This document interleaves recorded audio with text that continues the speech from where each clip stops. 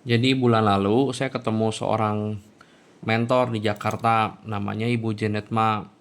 Dia bilang gini, Ronald, kamu kan berusaha tugasnya mengatur financial planning untuk nasabah-nasabah kamu.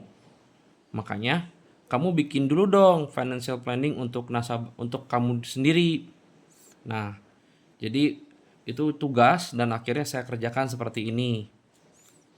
Jadi ini adalah family profile saya, Ronald dan Yuli, anak satu ya. Jadi penghasilan saya itu dari rumah makan sedap dan dari Prudential. Saat ini Yuli fokus urus rumah tangga dan all in ya. Jadi penghasilan itu 100% dari Ronald. Terus kita membuat financial planning. Yang pertama, kita merencanakan income protection. Jadi kan pengeluaran saya itu sekitar 25 juta sebulan. Kalau dikali 12 kan 300 juta. Nah, kalau misalkan ada dana cadangan 10 tahun dari pengeluaran pengeluaran kira-kira aman nggak? Aman ya. Nah, saya udah nanya tuh ke 1.000 orang ya. Ada nggak nih yang mau nih jadi bank ya? Saya nabung ke kamu satu tahun 300 juta. Tapi kalau misalkan di tengah jalan saya meninggal, mau nggak kamu bayar saya 3 miliar? Orang pertama nggak mau, orang kedua nggak mau, orang ketiga nggak mau, sampai ke 1.000. Nah, tapi ada satu perusahaan loh yang mau, yaitu Prudential. Bahkan ini adalah justru pekerjaan dari perusahaan ini. Nah, jadi caranya bagaimana? Kita buat income protection 3 miliar dengan produk yang cocok itu adalah Pro Future karena dia paling murah dan Pro Anugerah Syariah. Ada nilai tunai nanti bisa dipakai sebagai dana pensiun. Nanti kita bahas di belakang ya. Yang kedua, kami merencanakan juga tabungan pendidikan untuk all-in. Nah, sekarang dipikir dulu nih biaya S1 sekarang ya kira-kira 200 juta untuk uang masuk dan sebagainya, dan biaya hidup selama kuliah juga 200 juta. Jadi totalnya 400 juta. Kalau dihitung future value, all-in kan 7 tahun, jadi 11 tahun lagi itu sekitar 759 juta. Nah, jadi kita perlu merencanakan untuk menabung sebesar 27 juta setahun. Nabungnya di mana? Bebas, di mana aja, tidak harus di Prudential. Tapi usahakan supaya returnnya 15% per tahun. Nah, kalau kita nabung ya, kita mau tabungannya itu kan 11 tahun kan itu jangka waktu yang panjang nih, ada resiko. Kita mau tabungannya beresiko atau kita mau tabungannya pasti? Pasti dong. Kalau pasti, kita perlu melindungi si tabungan kita ini. Caranya ada dua, dengan kita melindungi future value dari 759 jutanya dengan proteksi pendidikan, atau kita melindungi present value dari dana pendidikannya dengan proteksi jiwa dan atau penyakit kritis.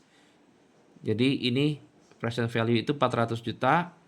Di produk yang cocok itu adalah kalau feature value dengan Pro Cerah Plus, kalau proteksi jiwa itu dengan Pre Feature atau Pro Critical Amanah. Ini untuk sakit kritis. Terus kita perlu buat juga yang namanya retirement plan. Ada pepatah kan ya, satu ibu bisa membesarkan 5 anak, bisa mengurus 5 anak, tapi 5 anak itu belum tentu bisa ngurus satu ibu. Makanya kita yang sekarang sudah dewasa dan sudah mapan, kita harus memikirkan masa depan. Jangan sampai nanti waktu kita tua, kita bergantung sama anak. Jadi kami bikin tuh perhitungan biaya biaya bulanan tanpa anak itu kira-kira 15 juta per bulan. Jadi setahun 180 juta. Usia saya dan Yuli kebetulan saat ini 43 tahun dan rencana pensiun itu di usia 65 dengan masa pensiun 20 tahun sampai dengan usia 85. Jadi kita butuh 180 juta kali 20 tahun ya. Totalnya 3,6 miliar dengan future value dari dana pensiunnya 12,9 miliar. Nah, retirement plan-nya bagaimana? Kita perlu menabung sebesar 81,9 juta per tahun dengan return 15% per tahun. Nabung di mana? Nanti saya ceritain di belakang ya. Lalu kita perlu juga melindungi dana pensiun ini sebesar 3,6 miliar jika Ronald sampai sakit kritis atau meninggal dunia. Karena ini bicara dana pensiun, maka saldo akhir itu sangat perlu ya. Makanya proteksi yang paling cocok itu adalah pro critical benefit karena dia ada jaminan saldo kembali di usia ke-20 tahun, atau pro anugerah syariah sebab ada nilai tunai sesudah 25 tahun. Atau bisa juga, nih yang paling bagus ya, kita bisa juga mempersiapkan dana pensiun kita itu dengan Prulink Next Gen dengan manfaat apapun, kesehatan, jiwa. Dengan saldo unit linknya itu bisa kita pakai sebagai dana pensiun. Jadi nabung di Prulink jangan sedikit-sedikit. Jadi kita perlu lebih banyak. Anggap aja kita tabungan hari tua kita. Terus kita juga perlu merencanakan health protection. Kebetulan saya, Yuli, dan Olin sudah memiliki program Pro Prime Healthcare Silver B yang itu memberikan rawat inap SCHAT di rumah sakit Indonesia dan Asia kecuali Jepang, Hong Kong, dan Singapura. Ini cukup sebab banyak rumah sakit di Penang, Malaysia yang bagus jika sampai rumah sakit di Indonesia dianggap tidak cukup. Nah, tadi ditanyakan nabung di mana? Kalau kami sih cocoknya nabung di saham. Nabung di saham, contohnya itu di BBCA karena nilainya meningkat terus sepanjang tahun. Untuk dana pensiun, kami memilih untuk nabung di Adaro sebab dividennya itu cukup besar. Jadi bisa dipakai sebagai passive income. Selain itu, perlu juga ada dana darurat sebesar 6 bulan kebutuhan bulanan, yaitu sekitar 150 juta, disimpan di tabungan yang liquid tetapi bunganya besar. Dalam hal ini, bank digital itu lebih baik ya. Contohnya misalkan Cbank. Nah, bagaimana kita bercerita dengan gambar? Kita bicara nabung ya, kita perlu memenangkan maraton finansial. Caranya nabung teratur, kurangi hutang, tetap sabar, dan kita perlu siap menghadapi ketidakmampuan dan kematian. Ada keajaiban dunia yang ke-8 loh, itu namanya pelipat gandaan. Kota Manhattan itu dijual tahun 1626 seharga $24. Kalau digandakan dengan bunga 6% per tahun, kini harganya berapa? Itu udah 125 miliar dolar. Kalau digandakan dengan bunga 8% per tahun berapa? Itu 164 triliun. Jadi sebetulnya kita tidak harus mengharapkan return terlalu besar. Return 6% aja itu udah bisa jauh berlipat ganda loh. Yang penting kita menabungnya dari awal dan teratur.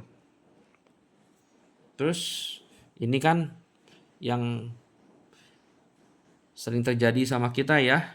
Kitanya bekerja untuk menghasilkan uang. Padahal seharusnya itu uang kita yang bekerja menghasilkan uang. Bagaimana caranya? Mulai saat ini, Bapak Ibu, kita semua harus memulai menabung. Menabunglah apapun itu, dimanapun yang memberikan return menarik cukup untuk kita. Sehingga kita tetap bekerja, tetapi kita nggak perlu bekerja keras. Karena aset kita juga sudah membantu untuk bekerja untuk kita. Nah, bagaimana cara kita menabung? Menabung itu ya kita harus menggunakan apa yang biasa kita lakukan terhadap beli barang dengan berinvestasi. Kalau kita beli barang, begitu dengar semua barang itu diskon 30-60%, kita langsung berburu dong gitu kan. Tapi bagaimana kalau semua saham didiskon 30-60%? Banyak yang mau beli nggak gitu kan. Sebaliknya kalau harga barang naik 30-60% kan nggak ada yang mau beli ya. Tetapi anehnya kalau semua saham naik 30-60%, orang-orang malah berbondong beli ya. Jadi ini salah ya, harusnya waktu saham diskon kita beli. Saham jual tinggi kita jual. Terus kalau kita udah sesuai dengan rencana kita, ya udah, kita harus serius, kita harus disiplin. Mengapa? Karena kalau kita naik roller coaster, itu orang yang kecelakaan itu bukan orang yang diam di dalam roller coaster, tetapi adalah orang yang meloncat keluar. Yang namanya investasi kan kayak roller coaster tuh. Jadi kalau kita mau selamat sampai tujuan, ya kita harus tetap di rencana kita. Terus kita mau menabung untuk masa kuliah, lihat kalau anak kita umur 33 tahun, maka ada 120 bulan lagi kita pernabung untuk kuliah. Kalau anaknya 8 tahun tinggal 120 bulan lagi menabung, kalau anaknya udah 13 tahun itu tinggal 60 bulan lagi untuk menabung. Kita perlu mempersiapkan untuk dana pendidikan anak, atau kita perlu juga untuk mempersiapkan pensiun. Kalau 45 tahun itu kita 480 kali gajian. Kalau 35 itu 720, sedangkan 55 itu tinggal 240. Ini diasumsikan untuk kita itu pensiun di usia 65. Ini juga bicara tentang berapa banyak sih umur kita. Rata-rata kan orang usia itu sampai 100. Itu tuh seperti meteran ya. Kalau meteran, kalau misalkan udah umur 40 ya yang kita nggak bisa mengulang lagi. Kita tinggal punya 43, 40 sampai ke 100. Nah, sekarang saya mau cerita tentang asuransi jiwa. Seseorang, kita kan punya aset nih. Kita punya aset, kita kumpulkan dalam sebuah ember. Seseorang yang tidak memiliki asuransi jiwa itu seperti orang yang saat dia meninggal, dia itu menendang ember berisi uangnya. Karena dia tidak tahu tuh siapa yang akan menerimanya. Sedangkan kalau dia memiliki asuransi jiwa, itu dia sudah tahu nih aset dia seperti apa, diberikan untuk siapa, tidak akan meleset. Jadi asuransi jiwa itu seperti kita menabung di ember. Uang yang masuk itu pasti ada di dalam ember, tidak akan kemana-mana. Nanti uang itu akan mengalir. Mengalirnya ada dua. Yang ini itu saat kalau tabungannya itu mempunyai nilai akhir, atau bisa juga nanti diberikan untuk anak dan istri kita. Ini mengenai matriks asuransi. Kita bisa pilih, bisa cek ya apa aja yang sudah kita punya, disediakan oleh perusahaan, oleh pemerintah, atau kita miliki sendiri. Nanti kita checklist mana yang mau kita sudah miliki dan kita belum. Nah, kenapa sih sebetulnya gini? Asuransi itu sebenarnya bentuk investasi. Kenapa sih kita perlu punya asuransi? Karena sebetulnya asuransi itu salah satu bentuk diversifikasi. Jadi kalau kita cuma satu penghasilan, terus penghasilannya itu tidak ada, kan kita langsung jatuh tuh. Tetapi kalau misalkan kita punya asuransi nih, kalau misalkan kitanya penghasilannya tidak ada karena tidak bisa bekerja, nah tapi kita masih aman oleh tali-tali yang lain. Terus ini adalah konsep dimana kalau kita memiliki proteksi, kita tidak bisa mencari yang murahan. Lihat ini kan yang diskon, bedah laser mau nggak bedahnya diskon? Kalau sampai gagal gimana? Nanti mata kita buta. Tapi serahkanlah kepada yang ahli. Maka masa depan kita, proteksi kita akan aman terkendali. Terima kasih.